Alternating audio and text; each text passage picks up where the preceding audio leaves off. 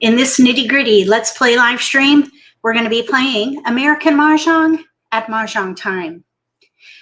Today's topic is profiling players. This is an interesting topic, and there are a couple of reasons why you would want to know how to do this. And we're going to get into that nitty-gritty in just a few minutes.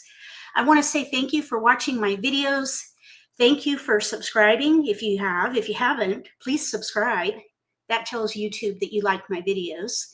I also want to say thank you to our moderators who will be helping monitor chat. And finally, I want to say thank you to our channel members who support MAHJLIFE. We have 3 new channel members, Julie, Gail, and Shelly. Thank you so much for supporting MAHJLIFE.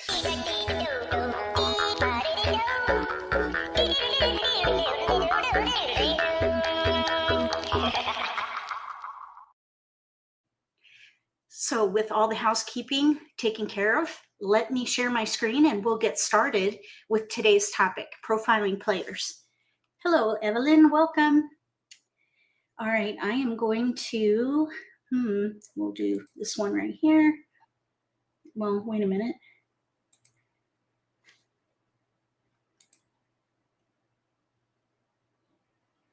Here we go. Okay, profiling players. This is what we're going to talk about today. The first thing that I want to share is that you've got to understand advantages. During the pick and discard phase of the game, there are 3 advantages. The first is skill, then strategies, and then position. And we're going to talk about all of these in this presentation. Between games, you want to study and practice. I highly recommend study and practice. And when it comes to studying, you can do a number of things. You can read books. You can watch videos. There are several instructors on YouTube, including myself. We all have a lot of videos, and each instructor has their own ideas of how to develop your skills and the strategies that can improve the way you play the game. And then there's also strategy application, and every instructor is going to have a little bit of a different spin. Also, you want to practice. There are platforms online that you can subscribe to and practice. I highly recommend Mahjong Time for advanced players because they have a feature that the other platforms don't have. And we'll talk about that when we get to gameplay with commentary. Basically, it's hand reading. And they have random discards. No other platform does that right now. So that is why I highly recommend playing at Mahjong Time if you are an experienced player. When you play, you can leverage situational awareness and social acuity to gather intel and help you make decisions for your own hand development. If you just focus on your own hand, you're going to be missing a lot of information by just having that myopic view. You want to look at what's happening in the room, at your table. You want to watch your opponents play because that can give you intel. And that is what we're going to focus on today. Welcome. Oh, JL. Listening and driving. Yes, thank you. Keep your eyes on the road. All right, so here we go. We're going to talk about a little bit about poker psychology. I don't know if you've ever played poker or if you've studied it at all. I've played it since I was little, when my brothers and I were in, let's see, I was in 6th grade when I started playing poker. And I played for a couple of years and then on and off for the next several years up till probably maybe 5 years ago. And then I started just focusing on Mahjong totally. But I did play poker for a while and I learned a lot about it. The thing about poker is that it's been studied for a long time. And there are a lot of concepts in poker that can be adapted and applied to Mahjong. One of them is playing styles. That is to identify an opponent's player profile, because it can be helpful when you learn the different characteristics and tendencies that can give insight in how a game may play out. So we're going to dig in a little bit deeper than that, but this is where it comes from, poker psychology. We're going to use poker psychology in regards to playing styles, and we're going to modify it and apply it to Mahjong, because there's a crossover. Mahjong, like poker, is a game of observation. You've got to watch what is happening at the table, which includes reading hands and also watching your opponents play, knowing the playing styles of your opponents. That's where a lot of external intel can be gathered so that you can make good decisions on your own hand development. If you pay attention, gather that information and use it to make to gain a competitive and strategic advantage. That's the purpose of learning how to read hands and also understand how your opponents play the game. The reason that you want to do this, besides what I've just shared, is that by looking at these playing styles, you can assess yourself. You can learn about your own characteristics and tendencies so that you can make improvements. You can refine your playing style when you take a good look at what you know about the game, your skills, your strategies that you use, and also your own personality quirks and your tendencies as you play the game. You can also assess your opponents and get to know the kinds of players they are so that you can set yourself up for success with your own hand. Does anybody have any questions so far about playing styles? That's what we're going to talk about. I'll just get into it and I'll keep an eye on the chat as well as we go. With playing styles, there are two very important things that you want to think about as we dig into this idea. The first thing is that a player's personality makes them unique, and their playing style may change as they build their skills. When someone first learns this game, there's so much to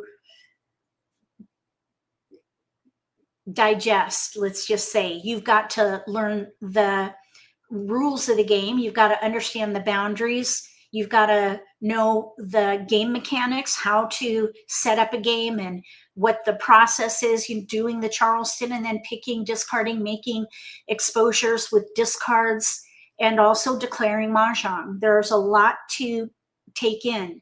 So as a new player learns all those things, they're going to change the way that they play, because they're going to grow in their knowledge. That can affect a playing style. Also, a player can adjust their playing style based on their opponents. Basically, if you're playing with all beginners, you might play a little differently than if you're playing with experienced players.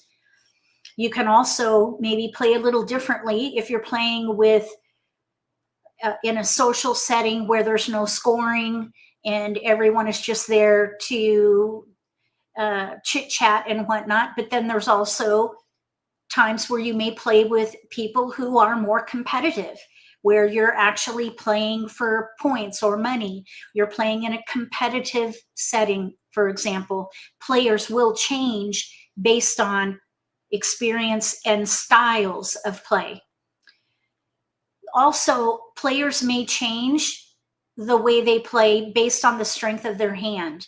If a player has a weak hand, they may take it slow and easy. But if they have a strong hand, they may play hard and fast and expedite hand development and be more assertive with their decision making. Also, the format of the game can change the way someone plays. And that would be comparing social versus competitive. If you're playing, as I shared a few minutes ago with the playing styles that if you're playing in a social setting, people will play a little differently, a little more casually than if someone is playing in a tournament, for example. They're going to be a lot more serious and play strictly by the rules, for example. So players will adjust their playing style based on these things: their opponents, the strength of their hand, and also the format of the game. So think about that as you're assessing your own playing style in with these different variables, but also your opponents in these different variables. So there are a lot of layers involved, and it's an interesting practice. So I invite you to start doing this. Start looking at situational awareness and social acuity, looking at what is happening in the room and how your opponents play, so that you can learn how all these variables come into the game. And you can play at a deeper level this way by practicing understanding, practicing identifying playing styles, and actually using the information to help you improve your game. There are distinguishing factors on two spectrums that we're going to look at. The first is a flexibility spectrum. This is where players may focus on a hand and play it out. That's called a fixed style of play. And then we have an adaptive approach where players will not pick a hand right away. They'll only pick a hand when they have to. When they run out of discards, maybe they need to whittle down their options. So we have fixed and adaptive, and then there could be a range in between. The next spectrum is the risk tolerance spectrum. And this is where this comes into both personality and experience, passive and assertive. Typically, when someone's new to the game, they're going to be low key. And then the more they gain confidence, the more assertive they're going to play. So we have passive to assertive on an experience level, but also personality has a little bit to do with this as well. If you have people who are just casual in nature versus competitive in nature. So the two spectrums, flexibility and risk tolerance, merge. And that's when we get this grid. On the left, we have flexibility, fixed and adaptive, fixed on the bottom, adaptive on top. And then on the risk tolerance, the bottom axis, we have passive on the left and assertive on the right. And we're going to name some styles just to help us categorize and visualize the type of player you are or I am. We're going to assess ourselves and also think about these playing styles of our opponents that we play with. This is really interesting if you play in a group consistently. If you play in a drop-in game where you don't know the people from time to time, then it's going to be more difficult to do. But if you play with the same people all the time, you're going to be able to identify their playing style and use the information to help you make decisions during the game. The first playing style is fixed passive, and we're going to call this player or playing style a stingray. Fixed passive. On the risk tolerance axis, we're also going to name the fixed assertive playing style an orca. This is fixed. Both of these players fix on a hand, and we're going to talk about the different characteristics and tendencies in a minute. But these players have a fixed approach to playing the game. They'll pick a hand, but some are going to be assertive and some are going to be passive. And we'll talk about how that works as well. Then we're going to look at the adaptive level or layer, I guess you could say, or the quadrants. So the next one we have is adaptive passive. That's a dolphin. And then we have a shark, adaptive assertive. So think about adaptive passive, dolphin, adaptive assertive, shark, fixed passive, stingray, and fixed assertive, orca. And as you think about these and visualize this, think about the way you play, and then later when you're playing in person, think about how your opponents play the game. And let's now look into each one of these and what their characteristics and tendencies are. Before we do that, though, I want to just briefly talk about strategy by wall, because the way people play depends also on the progress of the game. And the initial idea of strategy by wall, I learned from Tom Sloper. So I just want to give a shout out to Tom, because that's where I first learned about this strategy. And I studied it and I added some things to it to make it my own. During the dealing of the tiles, Susan, yes, I am a shark most of the time. Sometimes I am an orca, though. I admit at times I can be an orca.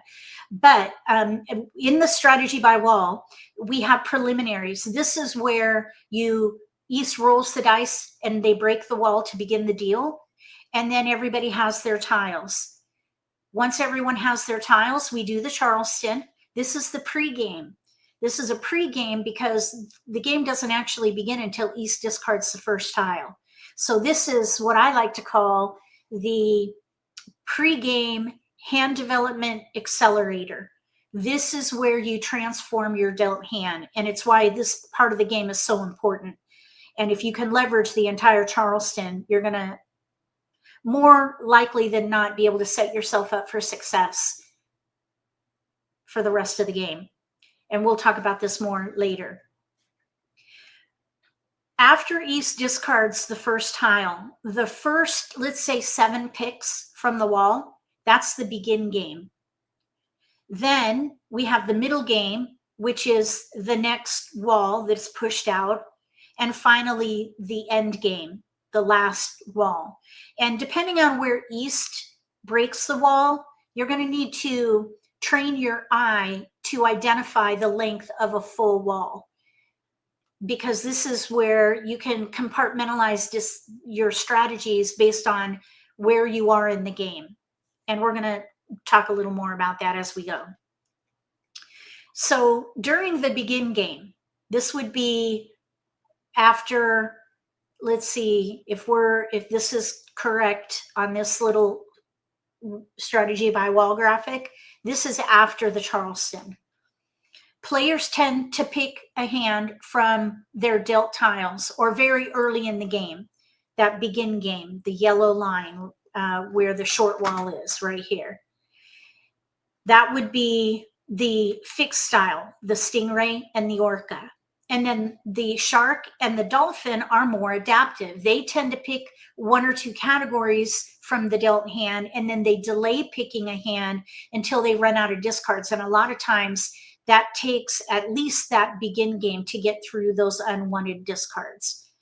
So adaptive and fixed, they play a little bit differently. Fixed, they tend to pick a hand early. Adaptive, they pick a hand late or later anyway. On the risk tolerance spectrum, this would be more after that short wall goes away and you're now in the middle game. Passive players will tend to delay their first exposure to control information, especially if they are going to be maybe making an exposure with a joker. They may wait. So if one of their tiles goes out and they can claim it to make a pung with a joker, they may wait for the other tile. That's an example of a passive player.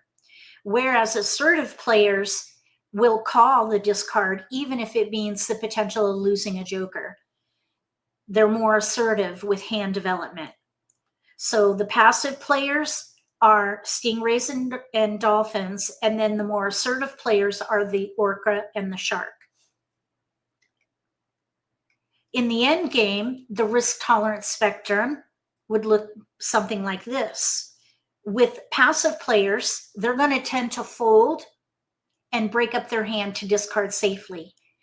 The assertive players tend to play to win regardless of risk. And there are some variables to consider. These are high-level risk tolerance traits or tendencies, I should say. So let's look at each playing style. We're going to look at the general characteristics, the likely tactics, advantages, disadvantages, and maneuvers. Now, with the fixed and adaptive, you're going to see the same, or you're going to see crossover. You're going to see really duplication, because players with a fixed style of play, the orca and the stingray, some of these are going to repeat with their characteristics. And same thing with the more adaptive style of play, the dolphin and the shark.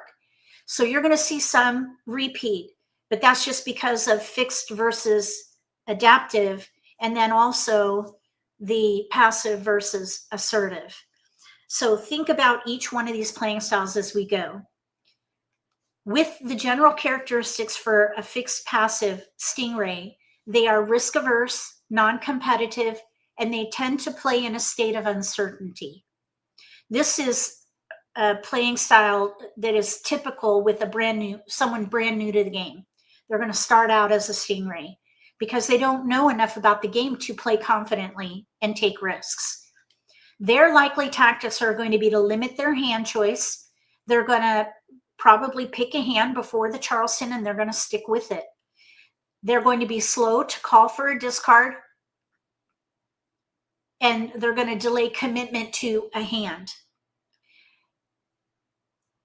by delaying that call. They're going to just wait, because with every call, you're going to further commit yourself to a hand. Even though they may have picked a hand, they're hesitant. They do make exposures with jokers, but only when there's minimal exchange potential. So if one discard goes out and they're looking for to claim it for a pung, they may need to use a joker, but they don't want to lose that joker, so they wait so that their opponents don't get to that joker. They may wait till that next discard comes out. And they also tend to switch to defense early. The advantages for the stingray is that the decision making is a little simplified because they typically narrow their focus. They play with limited hand selection.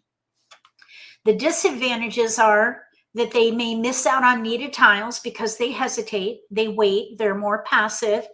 As they develop their hand, they take a passive approach. They also have limited switchability because typically they focus on one hand or maybe two. Also, this playing style is least likely to win because of the characteristics, tactics, and what happens when you play this way.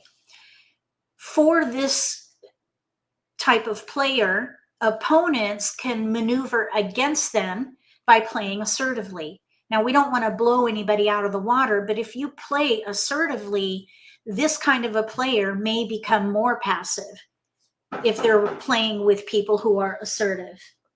Okay. Oh, shoot. I'm sorry. I have I think I need to sign for something. I apologize. I'll be right back.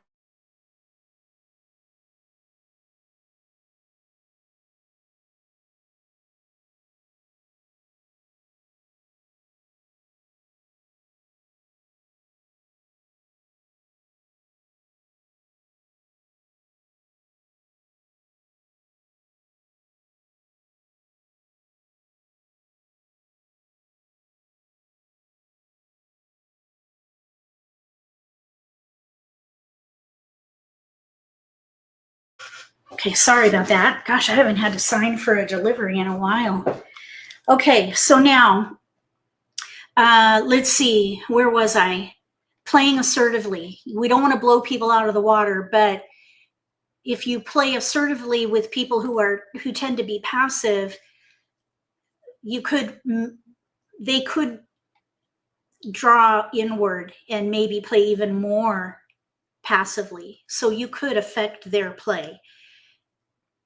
And typically you wouldn't want to do this in a social setting because you're there casually. But if you are playing competitively, this would be a way to maneuver against them. Play assertively. Also, hand reading and middle game sabotage, basically identifying the kind of hand they're playing and then discard to break their hand. And these, the hand reading and middle game sabotage, that applies for everybody, by the way. So you'll see that repeated because it is excellent maneuvers against your opponents regardless. Okay, so the fixed passive stingray. The next one, oh, and incidentally, as kind of like a summary, they practice guarded pragmatism. Very practical, very reserved, typically passive, fixed passive playing style. That's the stingray. We're going to look at the dolphin now. Their characteristics are that they're risk averse, non-competitive, and they play in a state of caution. The tactics they use, typically, they don't pick a hand until there are no tiles outside their category. Basically, they have no discards left. Then they might pick a hand. They're more adaptive. They're slow to call for a discard to make a first exposure to delay commitment to a hand, typically. They're quick to call for exposures to expedite hand development after they've made their first exposure. So they may wait to make their first exposure, but when they do make that exposure, then they may play faster and make more expedite hand development after that first exposure, which would typically be delayed. They make exposures with jokers when there is little chance of losing that joker to an opponent. They're a little more protective. And that's a defensive mechanism. They also tend to switch to defense early.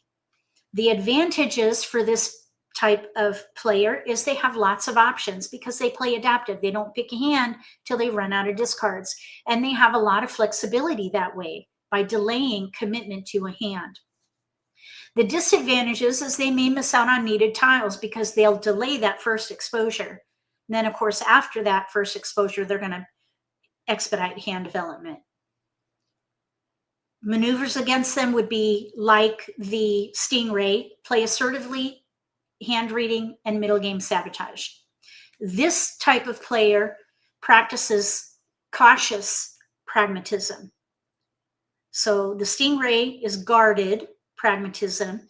The dolphin is cautious pragmatism. They're a little more willing to get themselves out there. They're a little more willing to make risky choices than a stingray, but not as much as the orca and the shark, which is what we're going into next. The orca has a fixed assertive style of play.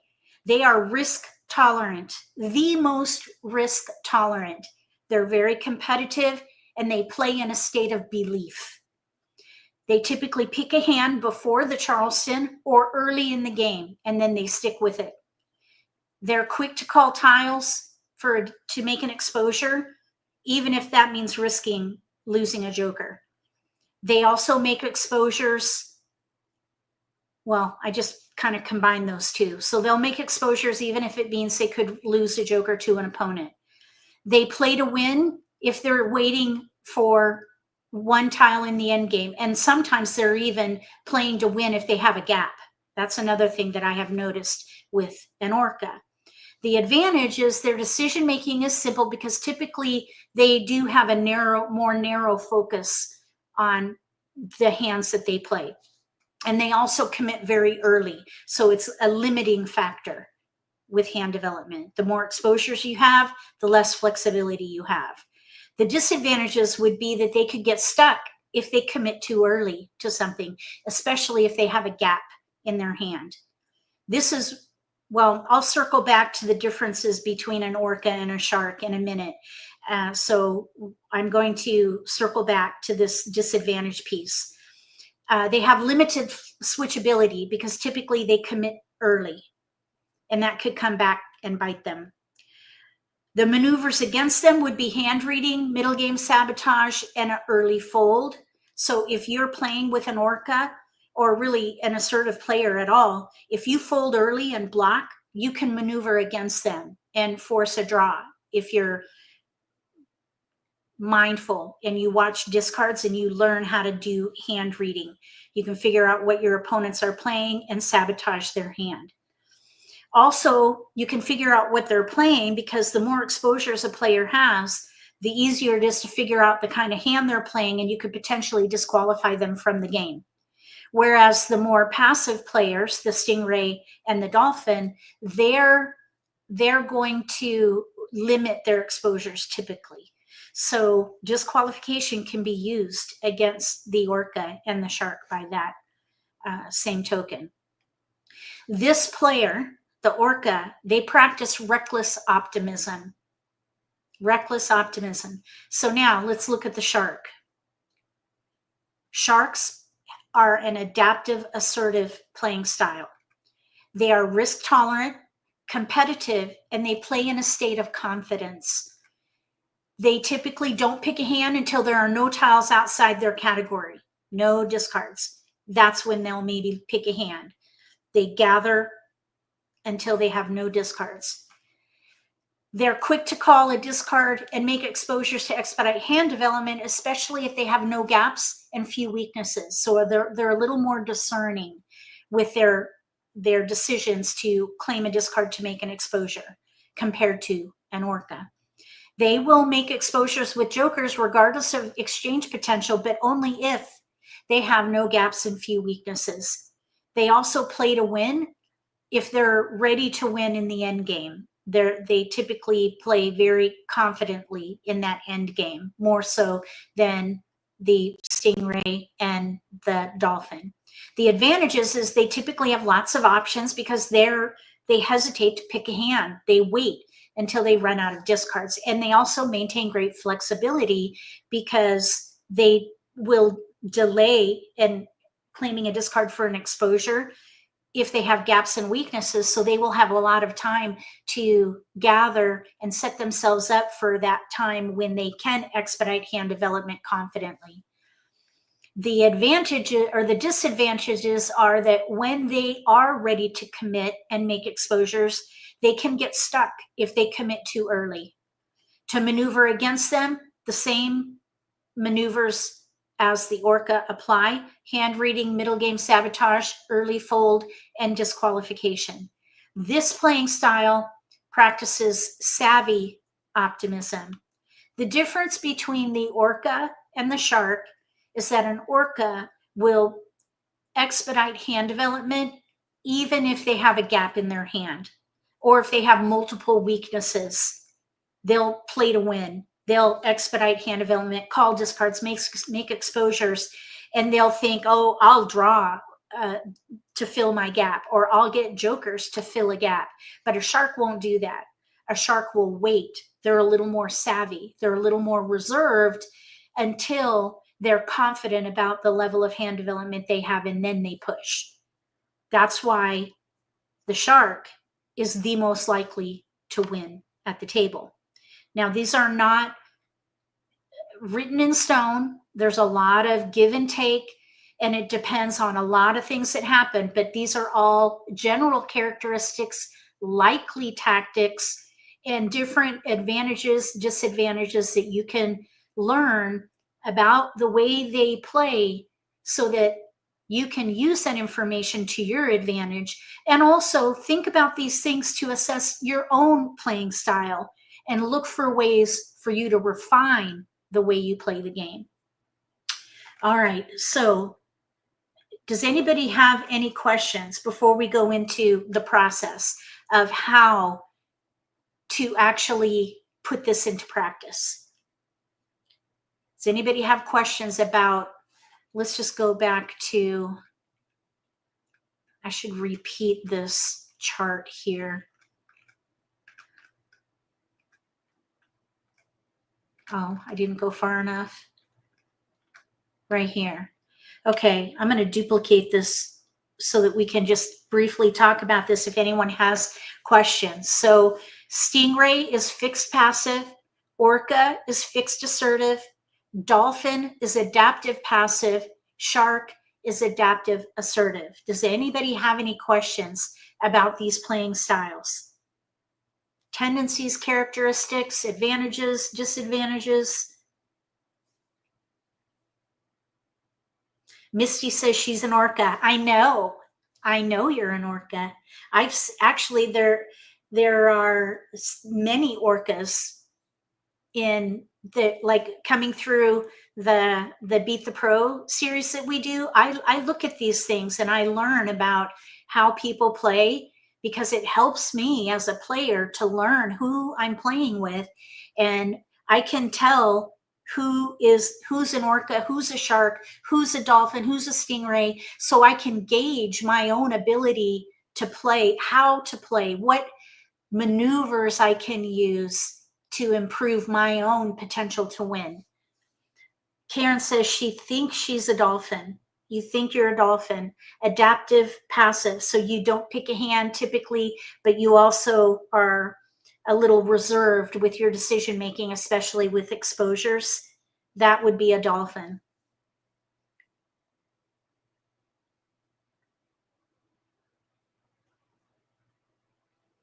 Misty says, I love listening to you because you are so quick to stop your play and block people, and you don't do that until the end. That's the only thing. You're like a shark. Okay, I see. Okay, yeah. If I'm obviously, if I know that my chances of winning is slim to none, I'm going to fold and block. A shark tends to do that if they know that their chances are slim, but an orca will still play to win even if their chances are slim. That's where the practice reckless optimism comes in.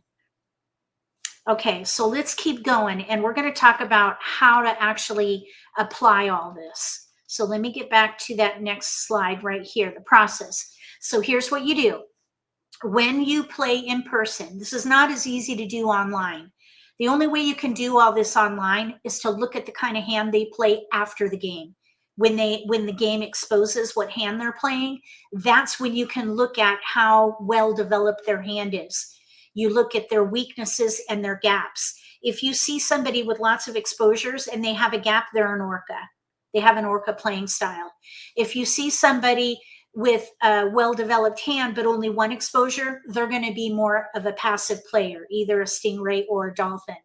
But if you see someone who has exposures and they're set with their hand, you see really a well-developed hand, and depending on how many exposures they have, that player may be a shark. So you want to look at online the hands after the game, and then also monitor during the game how quick they are to claim a discard to make an exposure, and then you tie those together. Now, when you play in person, it's a little easier.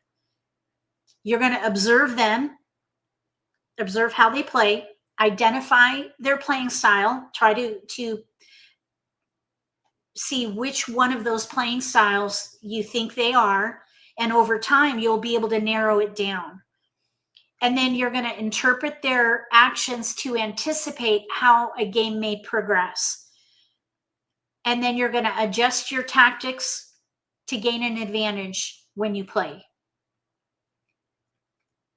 The whole idea with playing styles and using that intel to gain an advantage at the table is the smarter you play, the luckier you'll be.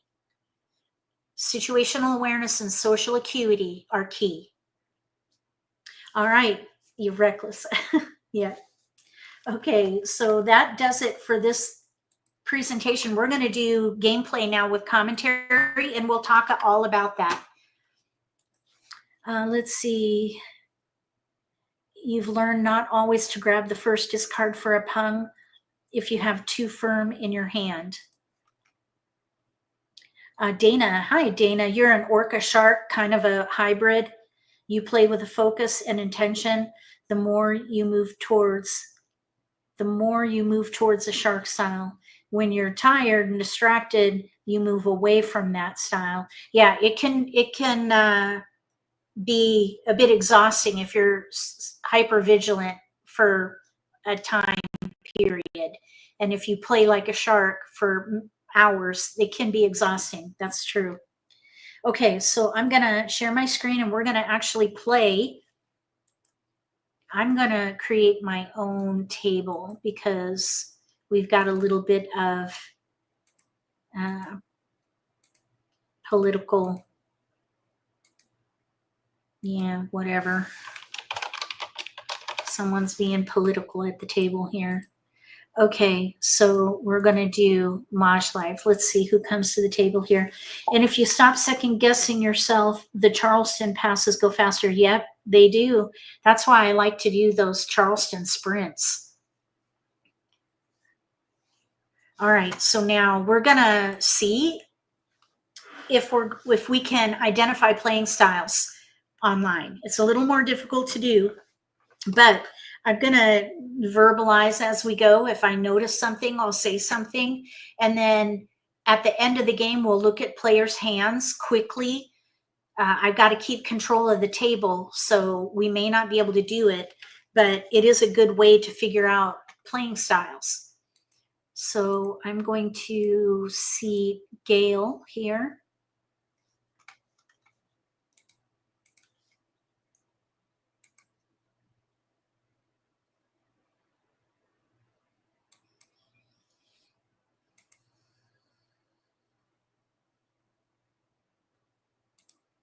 Okay. We're just waiting for players to come to the table.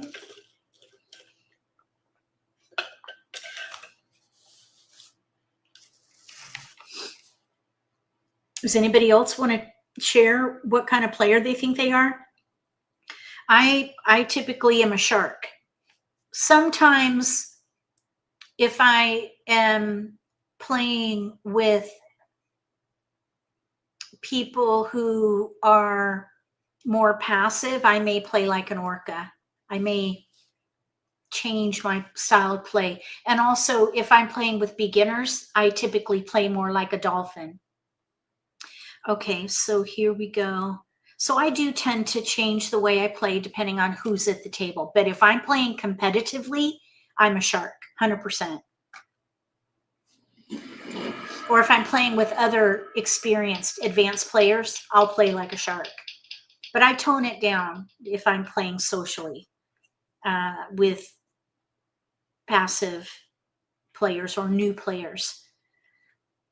Just as an example. Okay, so here we have fives, pair 5, pair 9. That speaks to maybe a big odd hand of some kind, but I would hold, let's see, I think I would hold 4, 5, consecutive run, 4, 5, 6. Okay, so let's pass green, north with a 2. Or you know what we could do is let this 9 go. Okay. 4, 5, 6, or like numbers with 5s. If we get 7s, we could maybe play big odds. I wouldn't pick a hand. That's the shark in me. That's the adaptive style of play. You don't pick a hand.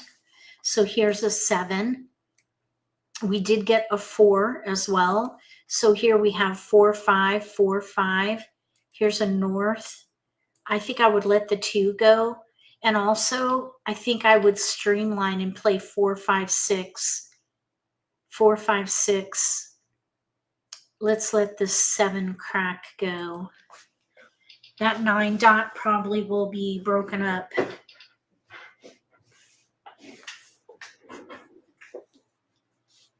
Okay, we got a 5. Now that we have another pair in there of 5s, I think what I would do is break up that 9 and start keeping wins, because we could maybe do like numbers with 5s and news. I think I would let this 4 dot go. Let's just see what happens. We've got like numbers with 5s probably in here. This 9 is a discard. Let's see if we can gather in news. Okay, so there's a 3, 4, 5. I would hold that 3 for a little bit. We have 3 tiles we can pass. We definitely want to keep going.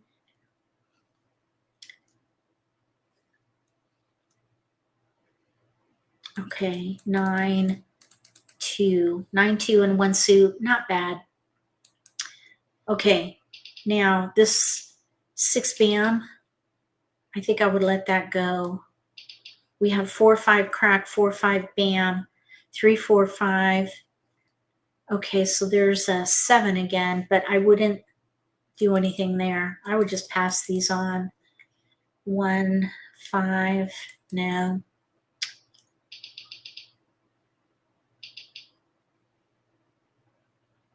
I'd like to see wins again. It'd be nice if we can get a couple more wins for news.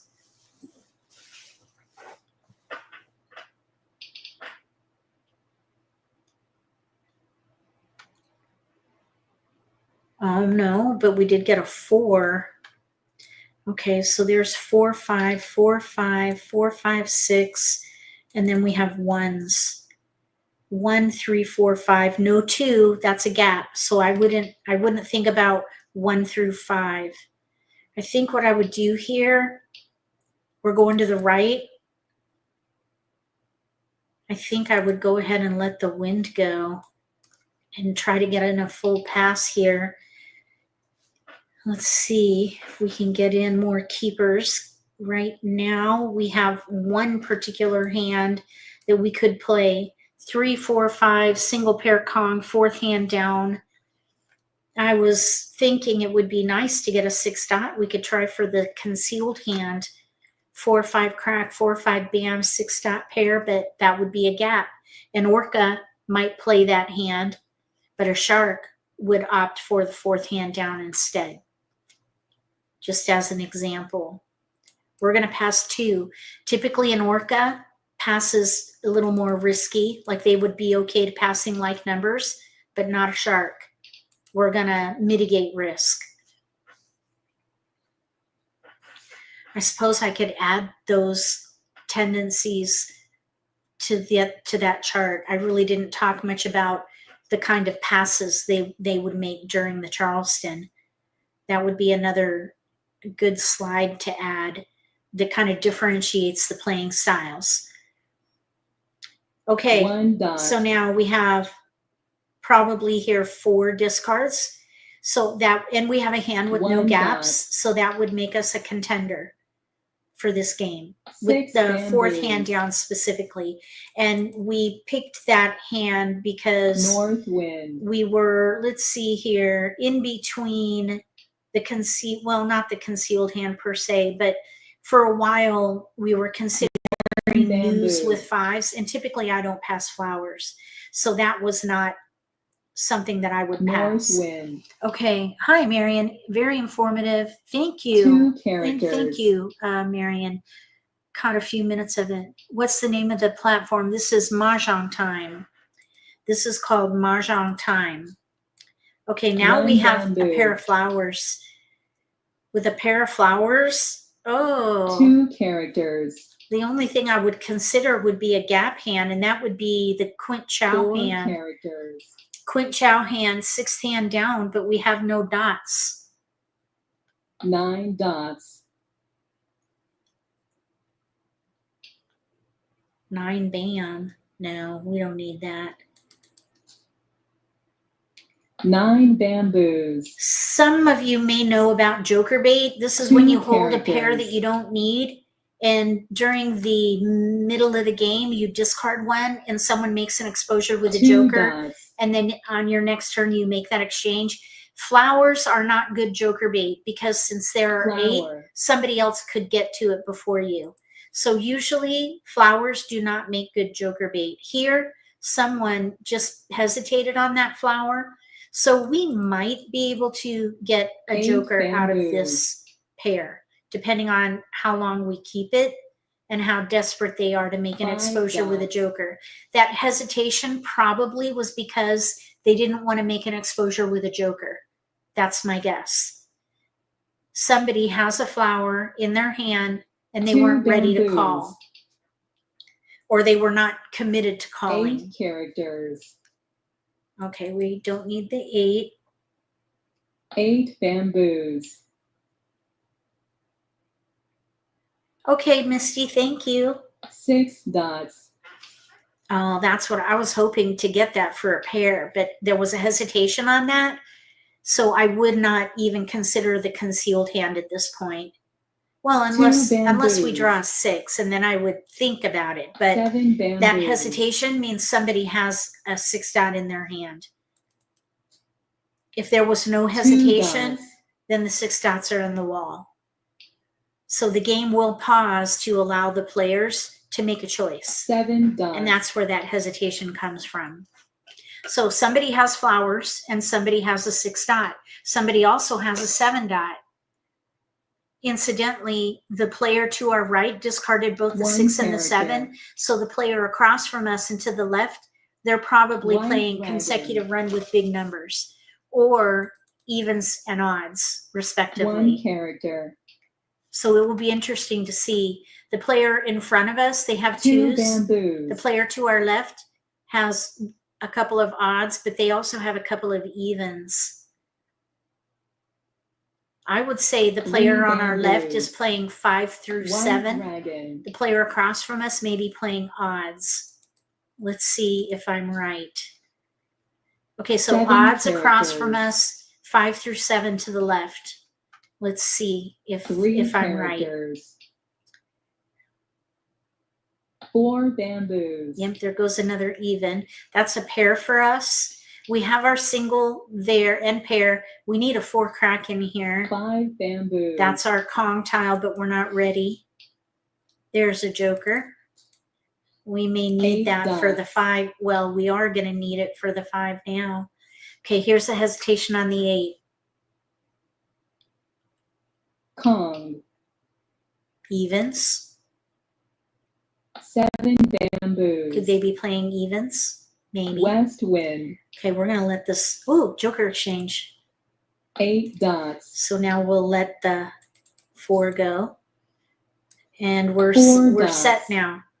We can Kong both 5s. We have flowers to let go of. We're at the midpoint. So this is where we'll discard one of these flowers and see if we can coax out an exposure with a joker. White dragon. Flower. Hesitation there, but they didn't take it. So I would say somebody is probably 3 dots. This player to our right is a shark. Green dragon. I believe this player to the right is the player with the flowers, and I think they're a shark. There's a pure Kong. That is a shark move right there. North wind. Now they had the tiles for a pure Kong. 6 characters. This player across from us used a joker, but we were at the midpoint. They could still be a shark, but we won't know until we get to see their hand. Okay, so next we're going to let this other flower go. Swap it out. Flower. Are they going to Kong for all dragons? No, they didn't. 9 dots. Okay, now here's 3. We have 3 white dragons. Kong of dragons. They could be playing news with dragons. They could also be playing another flower. They could also be playing the 4th hand down under 369 to the right. But there's also a Kong of dragons 8 bamboos. in consecutive run, 2 hands. There's a Kong of dragons in 4 odds, dots. and there's a Kong of dragons in evens. So we'll see. 4 bamboos. We're good there. Let's let the east go. East wind. Okay, I'm trying to remember when. I think we 7 let that bamboos. flower go at around the midpoint. 1 character. 6 bamboos. We just let that go. 4 dots.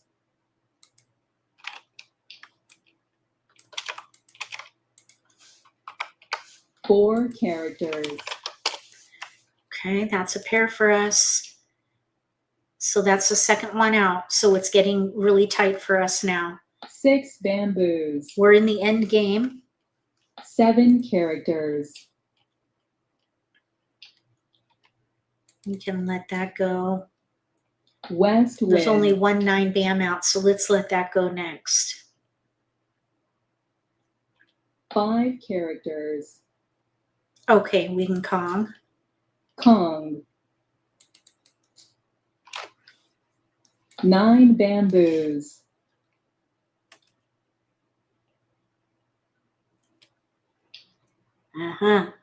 Hesitation there.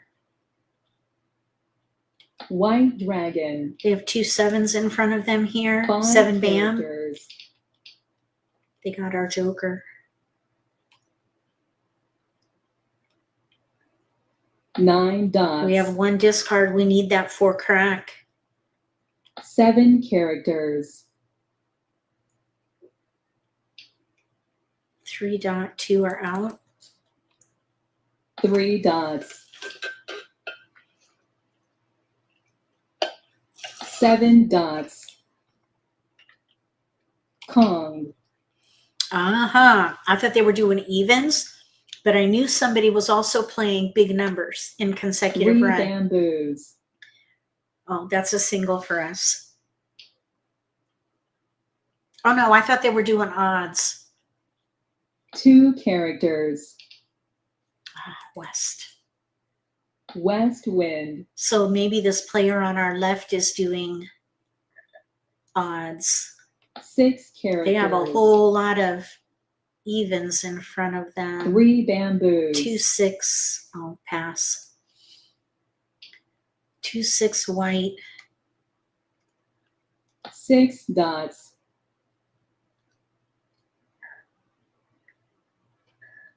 Oh, 6 7 8.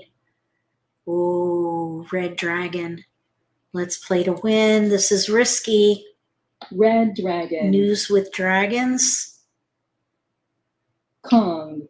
Oh, I'm surprised. I thought that was going to be the player on the right. 6 dots. Okay, so they must be doing 6 7 8 Kongs over there. 8 characters. Oh, goodness. A little bit of hesitation there. 8 characters. Okay, now to the right, Kong of Dragons. Red dragon. I wonder, could they be doing the 1 4th hand down character. under 3 6 9? 7 Or maybe the bamboos. 2nd hand down under consecutive run? 2 bamboos. 3 dots. 6 characters. 7s. South wind. Interesting. Ooh! Okay, we're going to just let that go. Flower. Oh my gosh, that always turns my stomach. 7 characters. Okay, where's the 5 bam? Oh man, North wind. this is getting tight for us. 5 bamboos. Okay, there it is. Kong. Kong. All right, now 1 bamboo. 4 crack. 1 more left. 3 characters. Now we've thrown away flowers. Somebody might think we're playing news, but there's 4 norths out. Joker. So if they're putting this together, they will likely 5 peg our dots. hand. We're looking for 4 crack. South wind. Single pair Kong.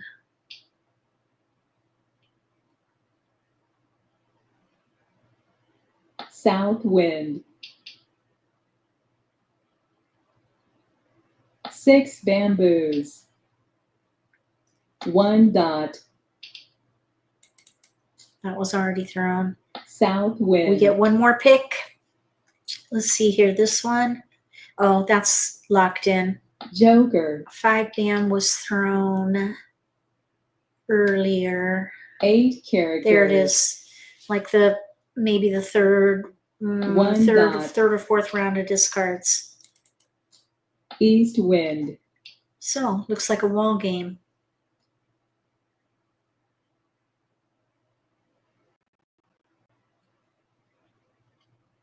East wind. Okay, so now let's just quickly look around. So so like nines with dragons, like numbers. I'm going to click play again. Across from us, they had a weakness with their 6 dot, but they had their pair. So I would say that everybody at that table, based on their hand development, were skilled and knowledgeable. They all played as experienced players based on their hand development that I was able to see. Now, the player across from us, they had 2 Kongs. They used 2 jokers there. They had their pair, and then they had their tile for the other Kong. They were playing the 3rd hand down, and then they had a joker. But they still had a discard. So they were playing a bit more like an orca than a shark. The player to our right was playing like an orca because they had a gap. They had no other dragon. The white dragons went down and they had no red dragon, but they did have jokers. So they made an exposure of that pure Kong of dragons. They were pushing with a gap. So that leads me to believe that they are more of an orca than a shark in this instance. Let's see. So let's find out if they play the same way in this next game. Both of these players are going to repeat here. So again, the difference between an orca and a shark is that orcas tend to take more risks than a shark. A shark will play a little more conservatively until they're fully confident about their hand, and then they push. That's the big difference. Let me know if that makes sense to you between the two. They're both very good players, skilled, knowledgeable, and probably successful.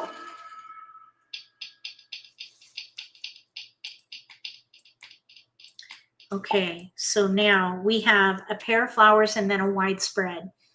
Pair flower, widespread. We almost have news. We have news is equivalent to a Kong. It is not a Kong, but it's equivalent to a Kong because there's 4 tiles. If we get a north, I would leverage news. So with that in mind, I would hold the 7s. Since I'm holding 7s, I probably would hold 5, 6. And think about these flowers that we have, 4, 5, 6, maybe even hold.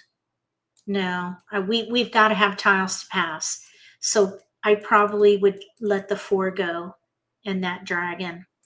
Okay, so I'm thinking like numbers with 7s and news. Okay, Dana, you were doing the 2nd hand down with dragons, then had to go defense, so you broke up your hand. You were playing orca. Okay, thanks for letting us know. It's interesting.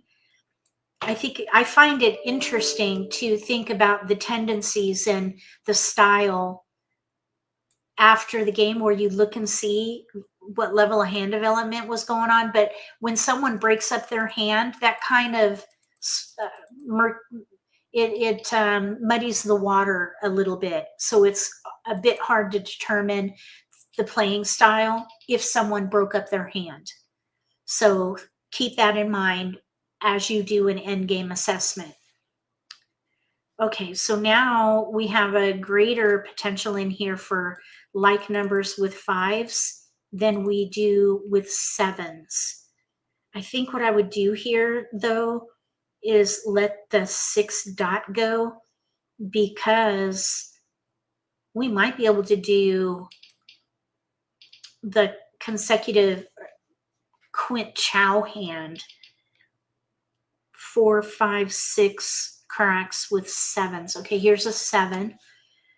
So we'll keep that. Endgame assessment is really helpful. Oh, good. I find it helpful and very interesting, actually. And it is a good way to figure out the kind of playing styles people have. Look at their hands after the game. Some people won't let you do that. They'll throw their tiles in so that you don't see what they're doing. If I'm playing in person, I do that. Unless I'm also teaching. If I'm teaching the game, I'll wait. I'll let people see my hand. But if I'm playing competitively or with experienced players, I won't reveal my hand. I'll throw it in.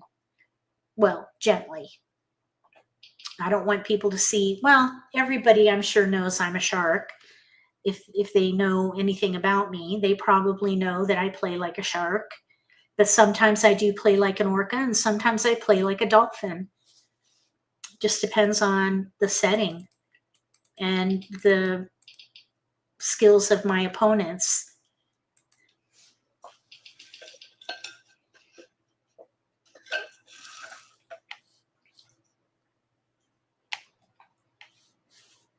All right, so there's a little trend in here.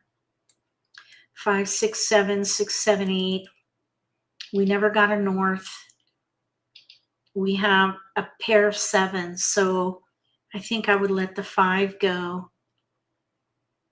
Let's see here. 6, 7, 8, 5, 6, 7, 5, 8. We're going to the right.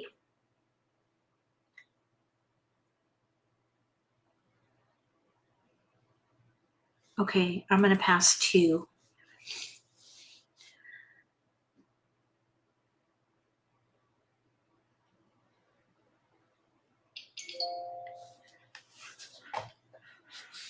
Okay. 1, 2. Ugh. Oh, okay, if you had passed 1, 3, 5, 5, 7 needed 9s. I don't play gap hands. We have no 9s. 1, 3, 5, 5, 7. 1, 3, 5. With flowers, we have no dragons. Let's see, I think I would pass 2. Flower 1, 3, 5. I don't remember seeing 3s. I thought we had mostly 5, 7s. 5, 6, 7. Singles and pairs. Oh, the odd pair hand. We had no 9s though. There's a 5 back. Yeah, if I have a pair gap, I don't even give that a second thought. 2 characters. That's where I don't play like an orca. I won't play a gap hand like that.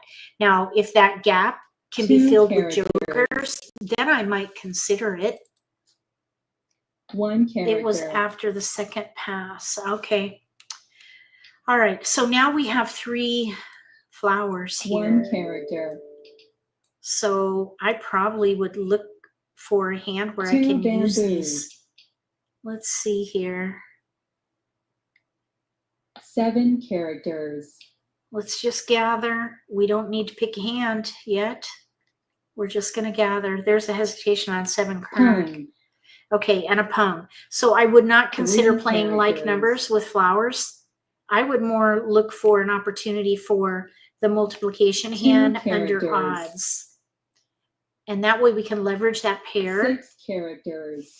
We might be able to play the, okay, there's a 9, 5, 7. Let's let these winds go. East wind. All right. Let's just see what happens.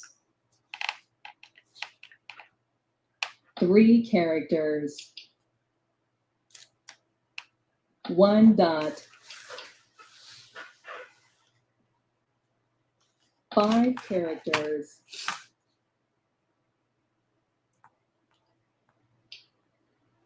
Okay, we don't need that. 2 7, bamboos. 5, 7, 3, 5. 3 bamboos. There's a 5 crack out and a 3 crack, 2 3 cracks out. 5 dots. All right, we're just going to hang tight and see what happens. 5 bamboos. Here's a 3. West wind. All right, so I think I would try for maybe this multiplication hand. West wind. It is super light though. That's all we have to work with right now.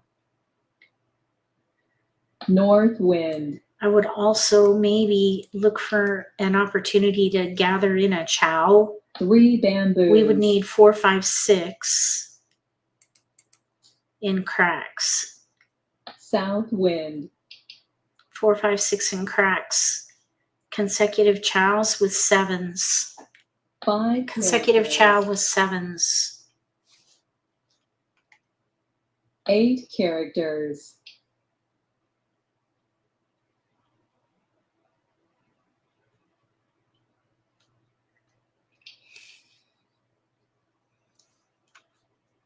Three bamboos.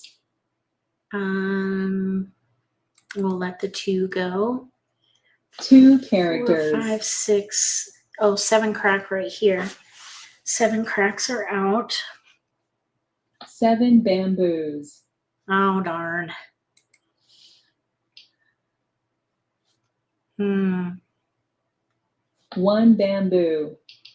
We're an underdog on this one. 1 bamboo. 3, 4, 5, 9. No. 9 characters. 3, 5.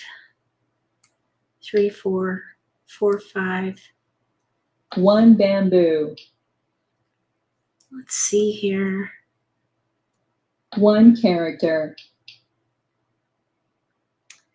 1 character. Okay, Evelyn, thanks for coming. Appreciate you being here. South wind. And have a good day. Drive careful.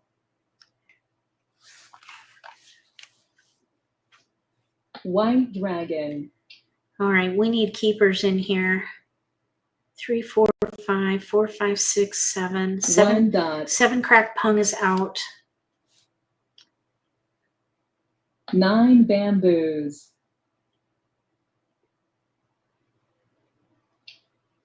No, we don't need that. 1 dot. Huh. 4 characters.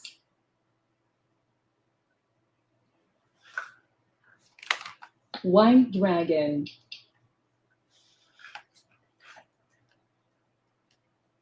4 characters. North. North wind. Oh. We need to get some tiles in here. You got to be able to draw your tiles. We are 4 likely, characters. we're likely going to fold. Fold and block. 4 bamboos.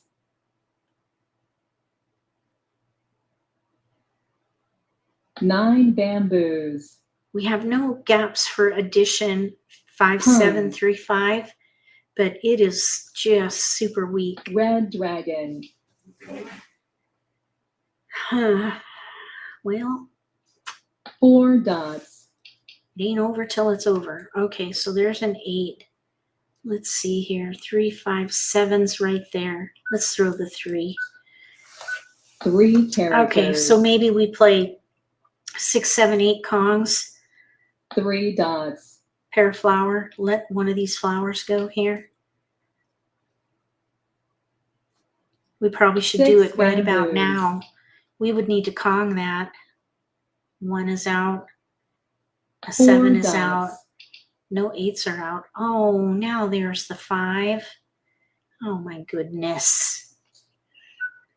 3 dots. Now that we let that 3 crack go. 5 dot pair.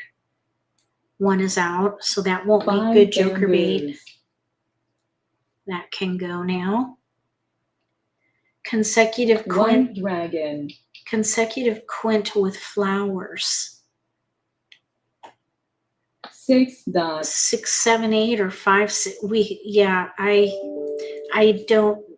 I don't think East I would wind. play a quint right now because we don't usually I think about playing a quint when we have big One multiples bamboo. or if we have that misfit multiples, but right now 2 dots. we have no jokers and it's already we're going into the end game. So I don't think so. I think I'd be more likely to 6 fold and bamboos. block here, especially because our tiles are going down. 6 bam, 2 are East out, wind. 7 bam, 1 is out. There are no flowers out yet. This is going to be risky. Oh, there's our winner, Missy. 6, 7, 8, 9, dragon. Second hand down. I'm kind of glad because our hand was going nowhere fast. 6, 7, 8, 9, dragon. Okay, I'm going to click play again right away. Across from us, 3, 6, 9. To the left, it looked like numbers with 8s. Okay, so now let's see if we can get a better deal on this next one. We're keeping the table here.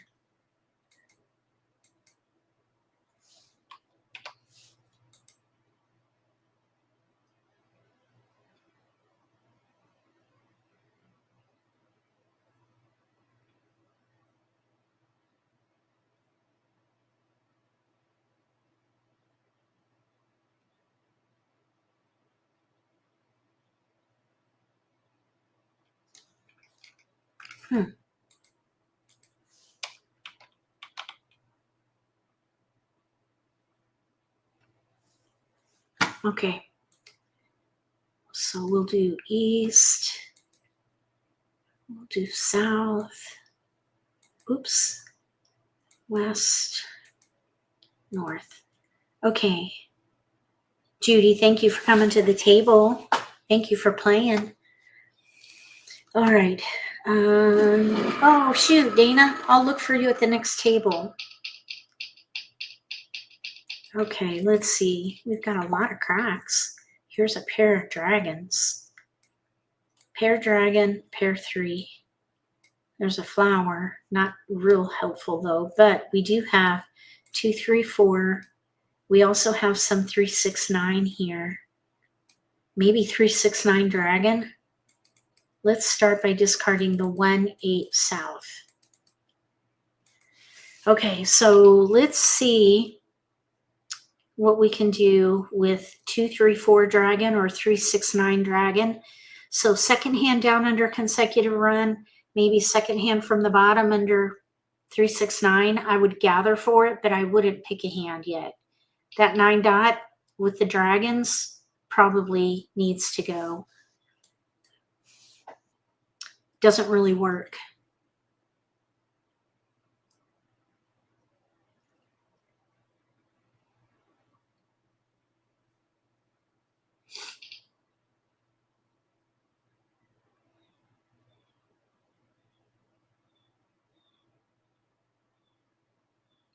Two crack.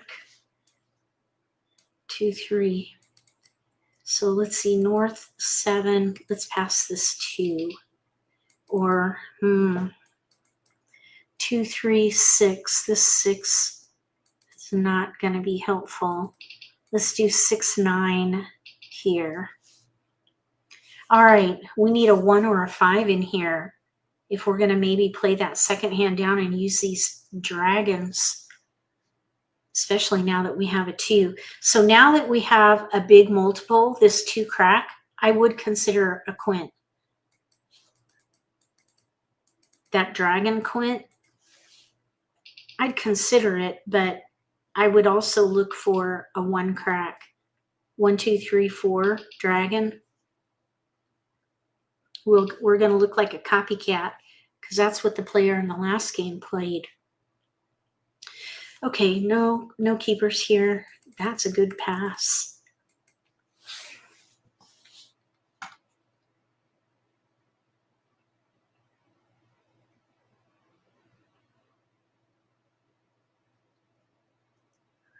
Okay, I would love to get a 1 crack in here.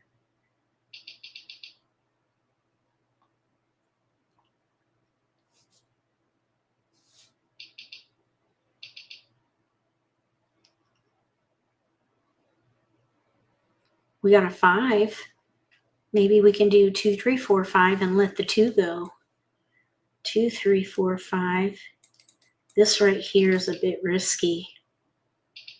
2, 3, 4. I think I would risk it. A little bit risky.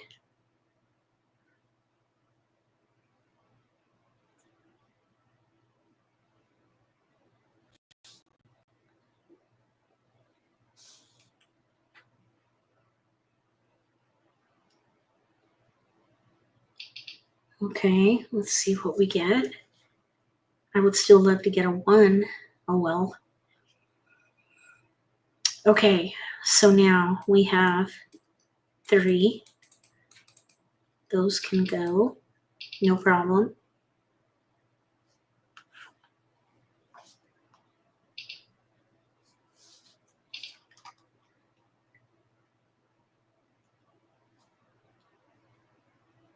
Oh, we got a 5. We got a 1 bam, but look, there's a 5. I would play probably 2, 3, 4, 5 dragon, no gaps. And I would probably, 2, 3, 4, 5. We could even maybe play the second hand from the bottom under consecutive run. I would do 2. Keep the 2 crack and maybe play pung, pung, kong, kong, depending on what happens with the dragon.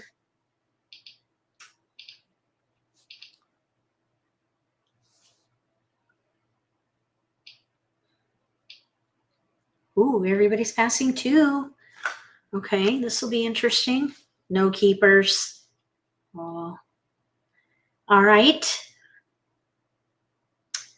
I think I would keep this flower for a little bit. 7 dots. We could maybe do 2, 3, 4, 1 suit kongs, third hand down. 1 bamboo.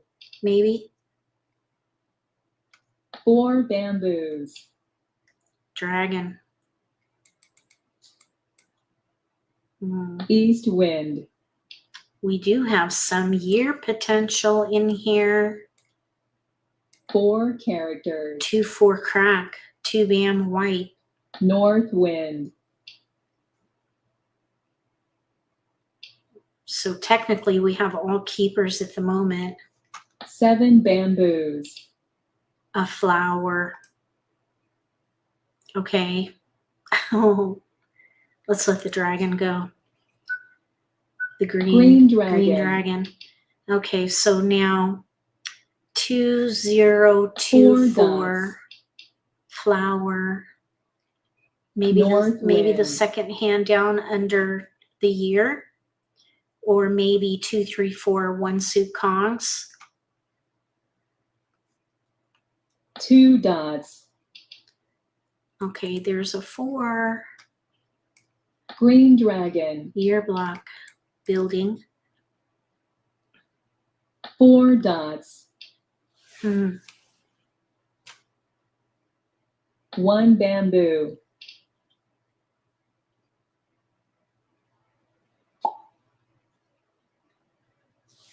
4 characters. No. Oh. 7 characters. Well, that might have been a good keeper for addition, but I could have kept that 7 and maybe 8 dots. Maybe let the year hand go, but too late now. 3 dots. We could have done 5, 5, 2, 7. That would have been a good option. 1 dot. There's a 4. Okay, so 2, 3, 4, 5. Let's let the 4 bam go. 4 bamboos. We could do pung, pung, kong, kong and leverage this pung. South wind. This, we could pung the 3. We have, 9 bamboos. Let's just wait and see. We've got 2 discards before we have to pick a hand, unless a 2 crack goes down, or a 3.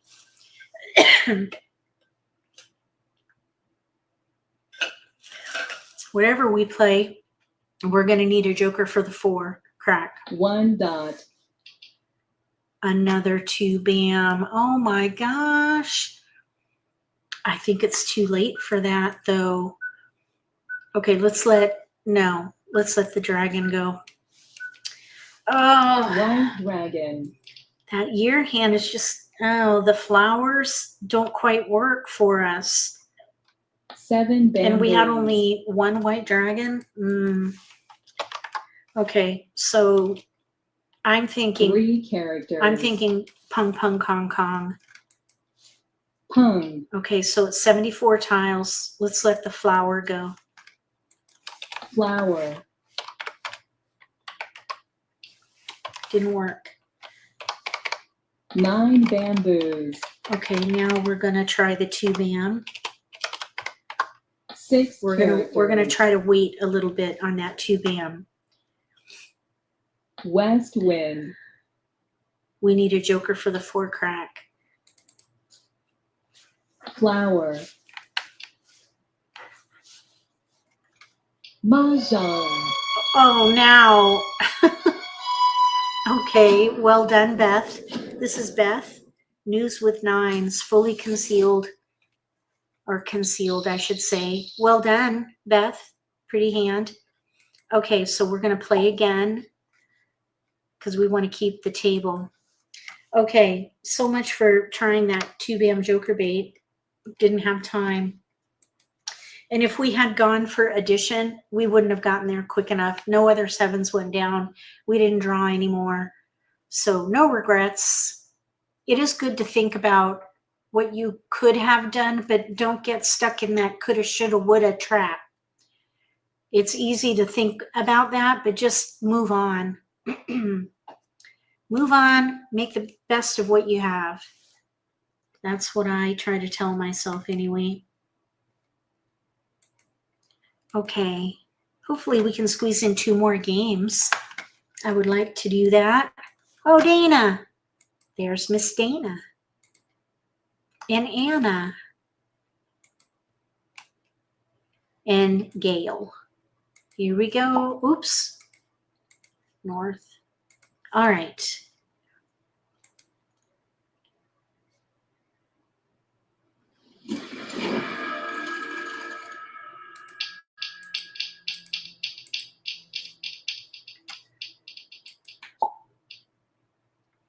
Four, 2, 4, 2, 4, 2.4 crack.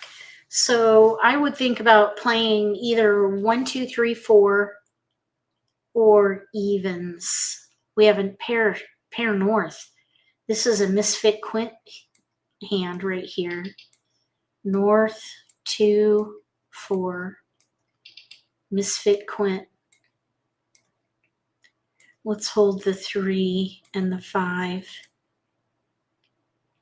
This is our only 8.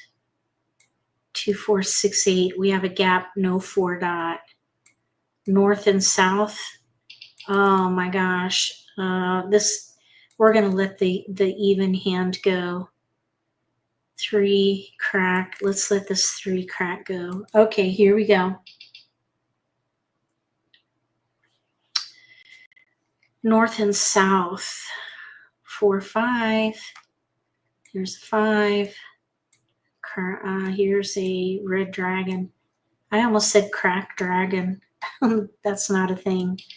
Okay, let's let the north or the 1 go. Let's let this dragon go. 4, 5, 2 north. 4, 5, 6. All right, let's break up that 2. I don't want to pass a 1, 2 and 1 suit. Maybe we can do north, south, 1, 2, or north, south, and a run, consecutive pairs. Here's 3, 4, 5, 6. There's a 7. There's a south.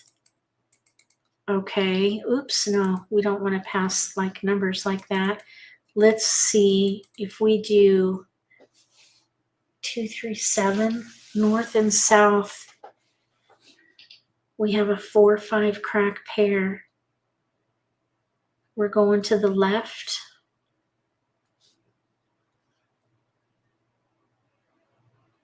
All right, it doesn't really matter. I was thinking it's 6, 1/2 dozen the other with the 3 or 7 crack. All right, now here is a 6 bam. We could maybe try for, hello, Denise. we could maybe try 4 north south with 5 6, 5 crack 6 bam, but we could also maybe do north and south with consecutive pairs 4 5 6. But our north south need to be kongs.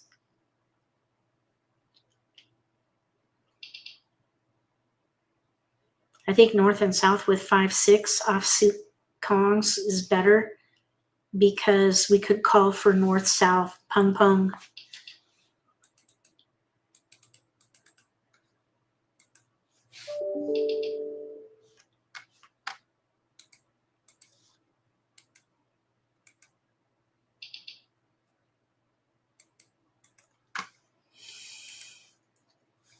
Okay, let's see here.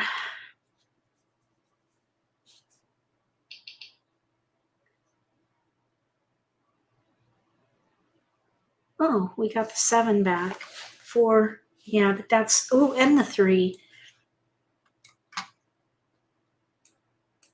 Here's east, no west. Let's throw that out. Let's just do this. Maybe the 3 could be a pair. 3 6, we have options there.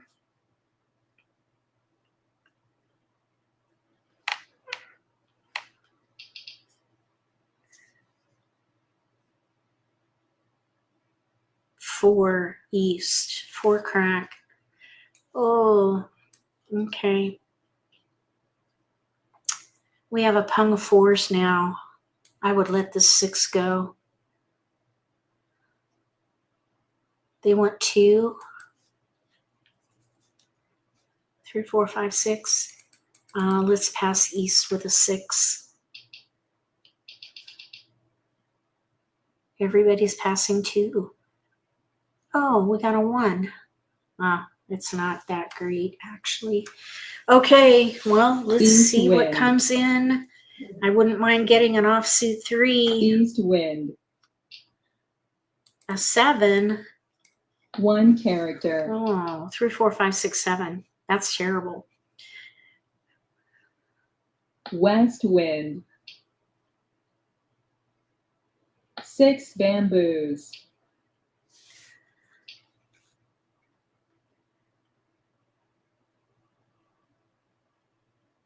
8 characters. Okay, we need keepers. Oh, that's not it. 9 bamboos. 1 bamboo. 4 bamboos. Offsuit 3 would be ideal here, I think. Or I suppose 7 3 or characters. 6 crack. A 1. 1 dot.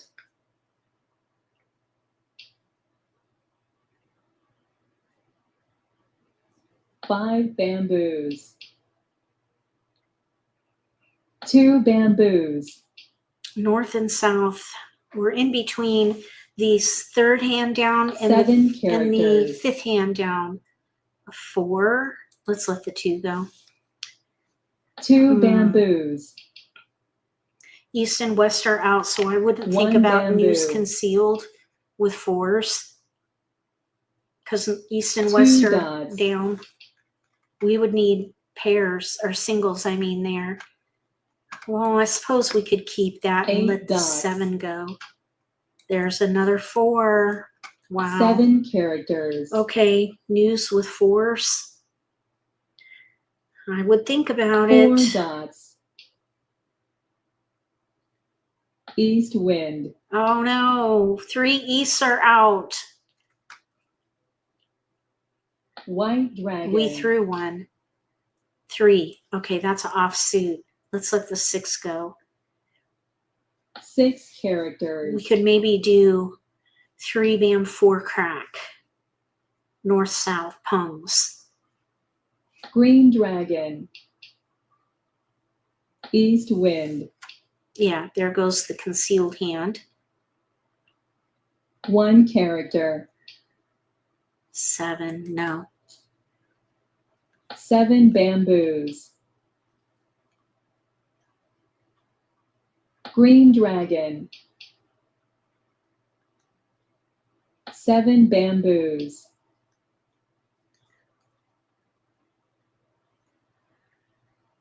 We have 2 pair we don't need right 2 now. dots. A flower. What? No. Yes. Okay. 3 characters. No, Easts are already out. Oh, never mind. I was thinking maybe we could switch to like numbers with 4s and news, but the Easts are all out. All 4. 3 bamboos. Oh, that's our tile. 2 characters. 3 Bam Kong. Oh, shoot. All right. Flower.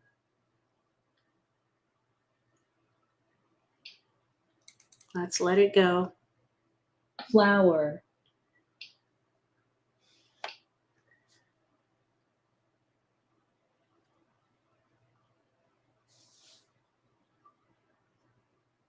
Six bamboos. Okay, bamboo. we need some keepers in here. Another underdog hand here. West wind. Oh, come on. 9 Bam. 9 bamboo. Do you ever complain in your head at the table when you're playing the game? I just saw an episode of 5 Seinfeld characters. last night where Elaine was taking a train, and the inner dialogue was hilarious. 3 And dots. her facial expressions were absolutely hilarious with the inner dialogue in her head going on. I wonder if this happens at the table when you're playing Mahjong, what goes on in people's heads 6 dots. when the game's going on, as we sit here with and we're an underdog on this one. 8 characters. We are trying with all our might to find a hand. 5 bamboos. Oh, 1 character. no north-south out. Is somebody else playing north-south? Flower. I hope not. 9. 9 characters. Oh my goodness. I want to 2 see. I want to bamboos. see if I can find that episode so you can go watch that episode of dots. Elaine train inner dialogue.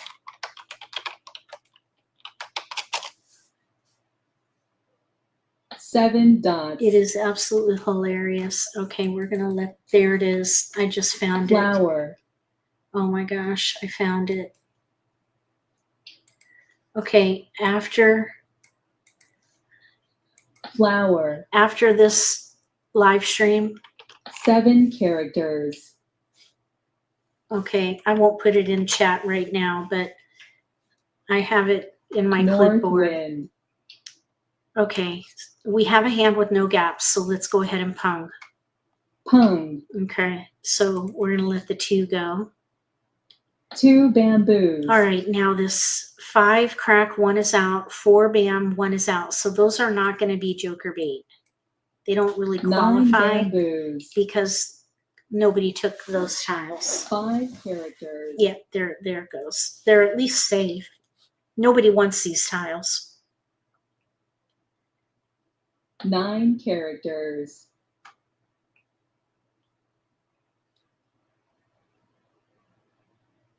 Kong. Oh, Kong with jokers. 3 bamboos. Okay, so they have 3. One of those is open. 5 dots. 5 dot. North wind. Okay, we don't want to hold that 9 dot. 9 dots. We're officially in the middle game now.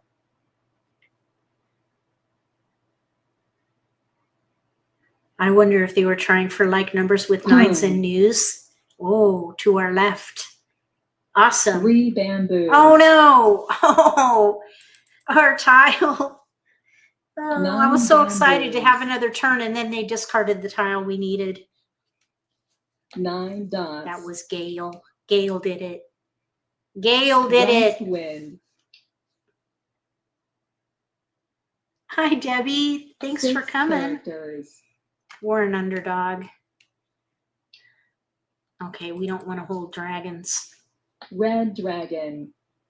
That's going to be risky. Unseen. Unseen tile. Oh, big hesitation on that one. 2 characters. Oh, man. 7 dots. Okay, we need jokers. We need 2 jokers. 3 bam. The 3 White bam has been dragon. hit hard. There's one. Oh, nice. 4 bamboos. All right, now we need another one. Maybe we'll draw the 9 crack. 5 dots. Okay, so looking a little bit hopeful now that we have a joker for that 3. 1 bamboo. Oh, man, come on now. White dragon. How about the 9 crack? 8 bam? 8 bam. That's an unseen tile. 8 bamboos. Oh, good. 6 dots.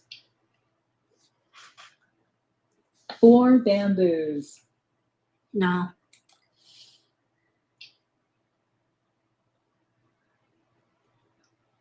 Six bamboos.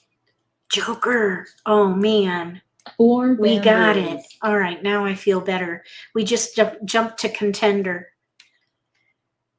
Oh, you know what? No, we need another joker. There are 3 bams out. I just noticed. 4 dots. I thought only 2 were out, but 3. We need another joker. We're back to being an underdog. We need another joker. How about a 9 crack? 8 dot. Okay. 8 dots. Maybe we'll draw that 9 crack over there. Somebody 7 bamboos. is holding the south. Let's hope it's in the wall, 4 though. dots. Oh, man. Okay, 9 crack. 9 crack, joker keeper. 4 characters. Oh, we can Kong. Kong. 5 characters. Okay. 6 dots. 2 characters. Oh, 9 crack. Where is it? We need it. 3 characters. Oh, okay. 3 characters. That was kind of Kong. good. Oh, I was thinking we got away with it Green there. dragon. Dana took it. Pung. Okay. Those are locked in. 4 dots. Okay, now here, look, this, oh, that's locked in too. We need that 9 crack. 8 dots. 5 bam. Let's throw that. My mouse was not working. 5 bamboos. 5 dots.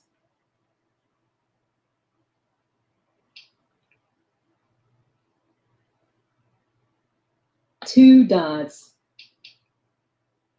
All right, we can still pull this off. 6 dots. A 1. 1 character. Oh, we only get 1 pick. Shoot.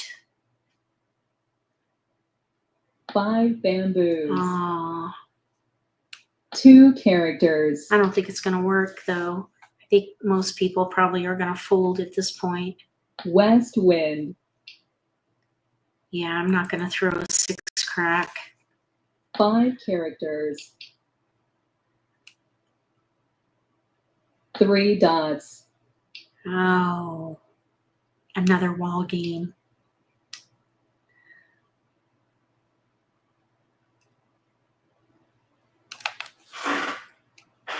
Nine characters. Oh, okay. Joker. Joker. Joker. All right. Well, let's go ahead and play another round. One more game. Oh, they had our south. Missy on the left folded while they were holding our south. Okay, here we go. One more game. It was a pleasure playing with you, ladies. And thank you for being here during this live stream. I hope you found it helpful and interesting. We're going to play one more game.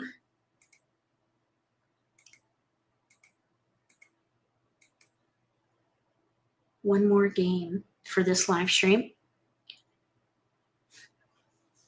Here we go. All righty. Oh, B, we missed you. Thanks for coming to the table, though, just the same. Okay, let's see if we can get a good, strong deal here. No, we have a wide spread. Oh, man. Okay, well, we have 2 3s and 2 5s. So we're going to try for either consecutive 2 3 4 5 or maybe little odds. Let's pass 7 south with a red. Let's see, 1 5 3. I don't know. Maybe we could try for news with 3s or 5s. We have half of news.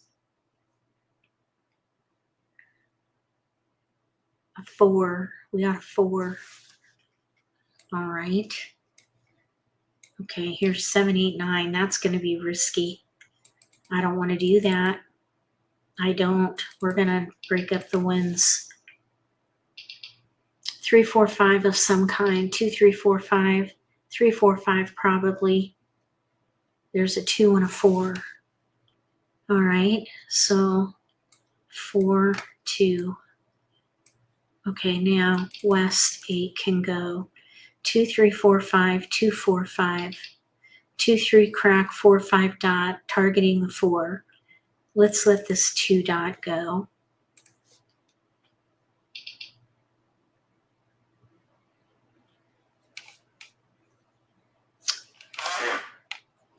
Okay.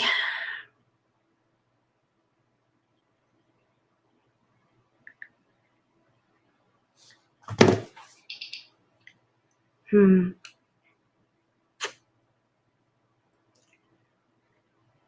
4 bam, 2 crack. Okay, so 2 crack, 4 bam, south red. Yes, we want to keep going. We do have 2 crack, 3 bam, 4 dot, mixed suit kongs in there. We could also do 2 3 crack, 4 5 dot. Let's see, 2 3 4. Okay, let's pass these. 2 3 crack, 4 5 dot, 2 multiples in there. We could also do 2 3 4 mixed suit kongs. Third hand down on the right. 5 dot came in. 4 dot came in too, but we already let it go. Let's let this 5 go here. 2 3 crack, 4 5.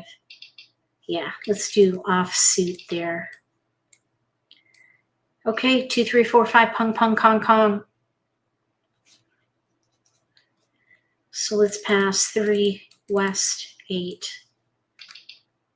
We do have 2 3 4 and 1 suit, but we would have to throw away 2 pair. I would leverage those pairs. We're going to target the multiples. Oh, there's a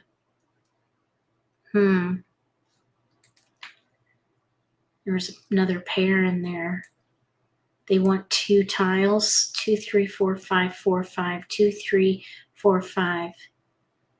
2 3 4 5. I would want to pass 2. 1 2 3. I don't pass like numbers typically. It's very rare that I will pass like numbers. Okay, so 2 3 4 5 mixed suits. Pung pung kong kong. 5 crack joker bait. 3 discards, or four discards with joker bait is what we have here.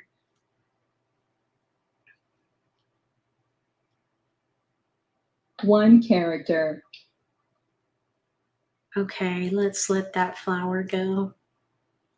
Flower. 3, 4, 5. That looks pretty. A bit. White dragon. A little bit pretty. But no. 2, 3, 4, 5. 2 bamboos. Pong, pong, kong, kong.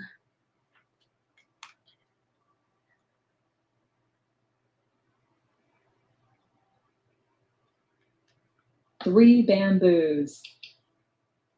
Oh, okay. Let's let the 1 go. 1 character.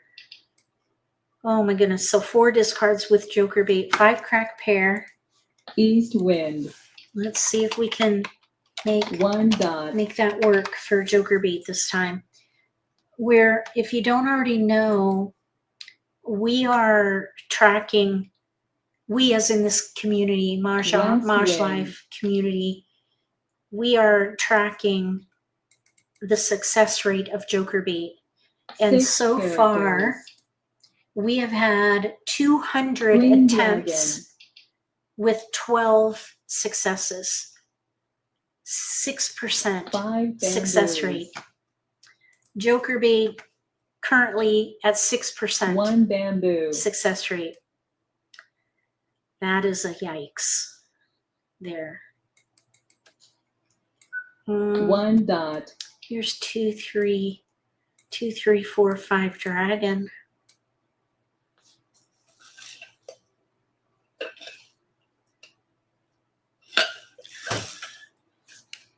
Three dots. And then there goes a 3 dot. South wind. Why does that happen?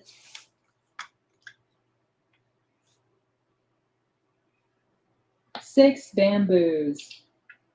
Green dragon's out. Green dragon.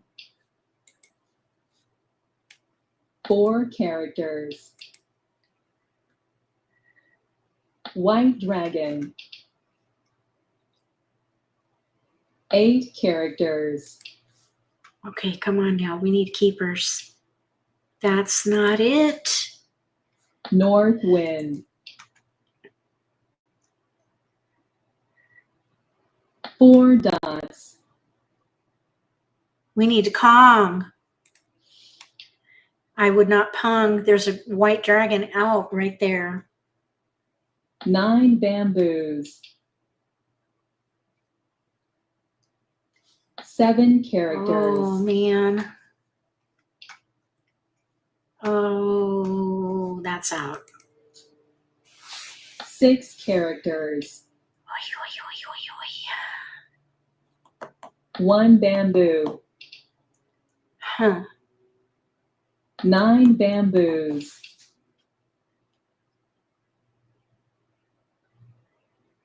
Interesting. 9 bamboos. 5 bam? No. 5 bamboos. 1 dot. 1 bamboo. 2 dots. Okay. We need to let these go. 9 bamboos. 2, 3, 4, 5 pong, pong, kong, kong. 3 dots. Yeah. Now, especially 2, 3 dot 1 out. character. Oh, we need a joker for that 4. Oh, and this 4 white dragon, bamboos. we need to let that go now. White dragon. Okay, we're at 61 tiles. This 5 crack pair. 2 bamboos. Let's let it go in, let's say, 2 picks. 1 character. 2 more picks. And we'll let that 5 go. Red dragon. Okay, these are all out. Let's let the north go. North wind. 8 dots. Okay, we're gonna try to release the Kraken 8 dots. at 53 tiles remaining. This 5 crack pair. 1 bamboo. The Kraken in this case is joker bait. Okay, let's see what happens. 5 characters. Oh, it didn't work. 2 No. characters. Oh my goodness. Oh, let's pung. Pung. Okay, so now let's see. Let's let the 2 dot go first. Okay, it 2 didn't work. dots. Darn it. Darn. 6 dots. Okay. Now, let's see with what we can discard South here. wind. These tiles are all out. Red dragon. Oh no, flower. We don't want to hold that. Flower. Mm.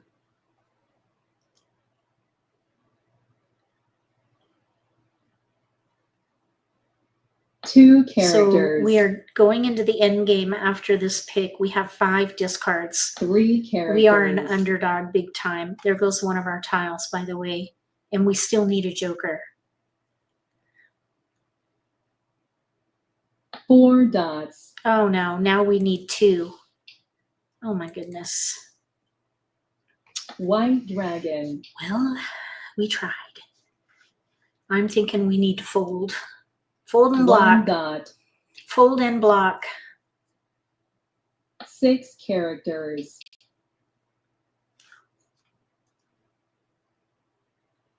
2 dots. 5 is out. Your tile.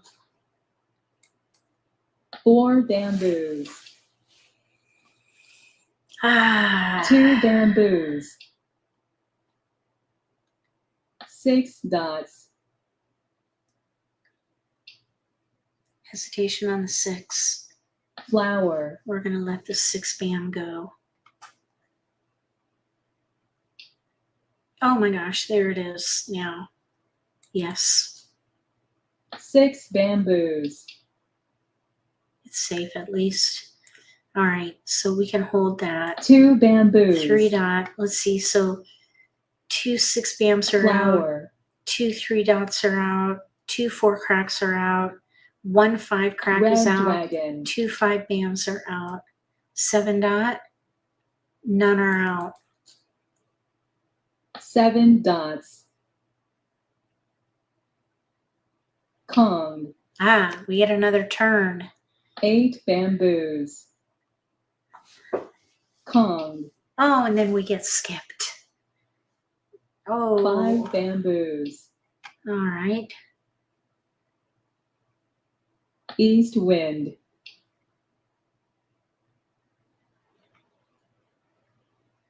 3 characters. Oh no. We needed that. East wind. We need to pung that. So now we need another joker. We need 3. What are the chances of getting 4 that? bamboos. 3 jokers, slim to none. We have Flower. 6 picks left, and we have 5 Green discards. dragon. This is when you likely fold. Okay, let's let the 5 crack go. 5 characters. It's already out right here. 6 characters. Yeah. Even a hand of least resistance won't get there 9 unless you draw dots. your tiles. You still have to draw the Mahjong. Oh, there's a win. 5 through 9. That's Miss Gale. Miss Gale. 5 through 9. 1 suit. Well done. Over here, Miss Dana. Big odds. 5 7 9 with 7s in the middle. 5 7 9 with 7s. I don't know why I said in the middle. No, this isn't Dana. This is Anna. This is Dana. Dana, news with 8s. Ooh, that looks good. That looks nice. They're set. They need to Kong and then discard and be ready on a flower. And then here we were trying for pung pung kong kong. Just didn't come our way. But it was fun trying. Thank you for being here with me as we played a little bit of Mahjong. I hope you enjoyed it. I always do. Join us every Monday for Nitty-Gritty Let's Play live streams.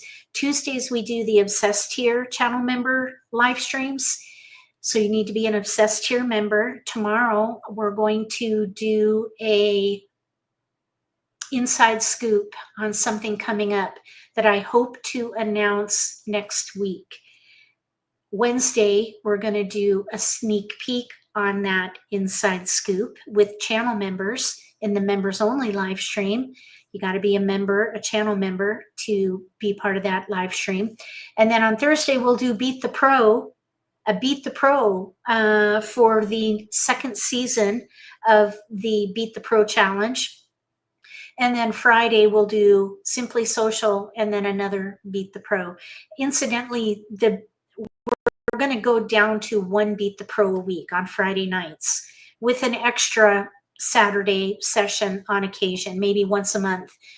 But eventually, the Thursday Beat the Pro will be retired and replaced with a Wright Patterson Let's Play live stream. That's my plan. But the development is still ongoing with the beta. So that's going to be a while. But anyway, that's the skinny on the schedule for this week. I hope to see you at the rest of the live streams later this week. And I appreciate you being here. You're welcome, Dana. Thanks for playing. Everybody at the tables, thanks for playing. Anna, Gail, Beth, Jackie, or it was Judy. Judy played. And let me see who else played with us. I don't remember. I said Dana, I think. Anyway, thank you all so much for coming to the tables. I appreciate your participation and your support with MAHJLIFE. You're welcome, Debbie. Thanks again for coming by.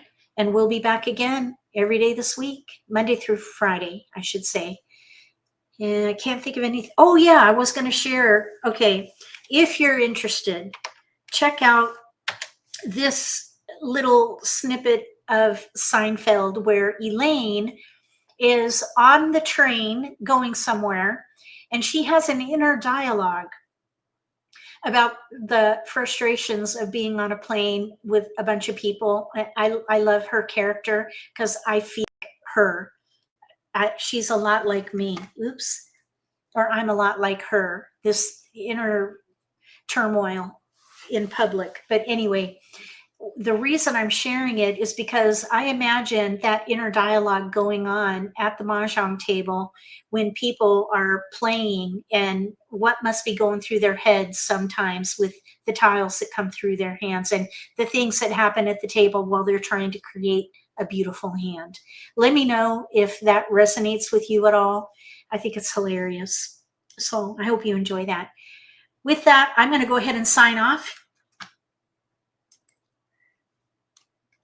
If you like this video, give me a thumbs up. If you haven't subscribed to my channel, consider subscribing. Click the little gray bell if you do. That way you'll get notification for when I post new videos, and you won't miss an opportunity to learn a new strategy or pick up an insight to the game that could give you an advantage at the table.